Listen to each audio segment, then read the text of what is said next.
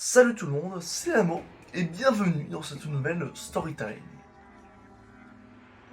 Alors j'ai dit il y a quelques temps que je vais reprendre les vidéos, et en fait, je pensais en faire plein pendant les vacances, sauf que j'ai pas trouvé le temps, les vacances étaient assez agitées, j'ai pas trouvé la motivation non plus.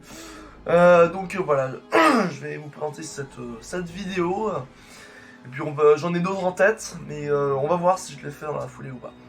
J'habite une petite ville dans le sud de Paris, en banlieue parisienne.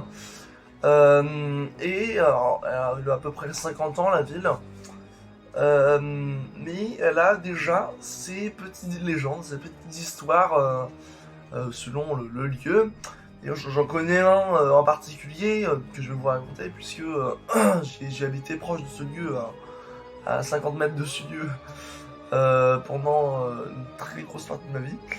Euh, alors, puisque hier c'était Halloween, à l'heure où je fais cette vidéo, ça m'a donné l'idée de vous raconter, donc j'ai pas pensé à le vous raconter pour Halloween, mais je vais faire ça maintenant. Ça s'appelle la colline de la mort. Donc la colline de la mort est une colline, comme son nom l'indique, qui est réputée pour ses histoires un peu macabres.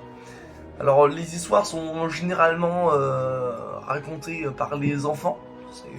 Ça change des adultes qui racontent ça auprès du feu. Bon. Non, ça est raconté par les enfants, c'est véhiculé par les enfants dans l'école primaire et maternelle qui sont adjacents. Et puis, alors je ne sais pas si ces histoires sont connues dans le reste de la ville ou seulement dans cette résidence. Mais voilà, les histoires sont assez connues dans cette résidence-là. Et normalement, tous les enfants qui habitent à côté les connaissent. Donc il y en a plusieurs, moi je n'en ai retenu qu'une seule, depuis le temps où on m'en a raconté. Je n'en ai retenu qu'une seule, c'est l'histoire des fantômes qui jouaient à cache-cache. Il y était une fois un père et sa fille qui aimaient jouer à cache-cache. En se baladant dans la ville, ils se retrouvèrent à jouer à cache-cache sur la colline de la mort. Donc le père commence à compter, la fille va se cacher, et enfin le père va chercher sa fille. Il chercha sur toute la butte, il chercha dans toute la résidence, il chercha dans toute la ville. Jamais il ne retrouva sa fille. On dit que les recherches durent encore, on dit que le père est mort de chagrin. En tout cas, on n'a plus jamais entendu parler de lui après cet incident.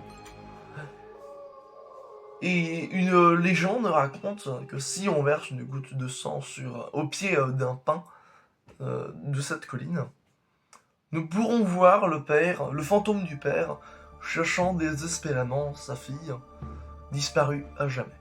Alors cette histoire est déjà terminée, j'en suis désolé, mais comme ce sont des légendes orales, il n'y a pas d'écrit, donc les détails se perdent au fur et à mesure, au bouche à oreille, et éventuellement se modifient, je ne sais même pas si c'est la légende originale.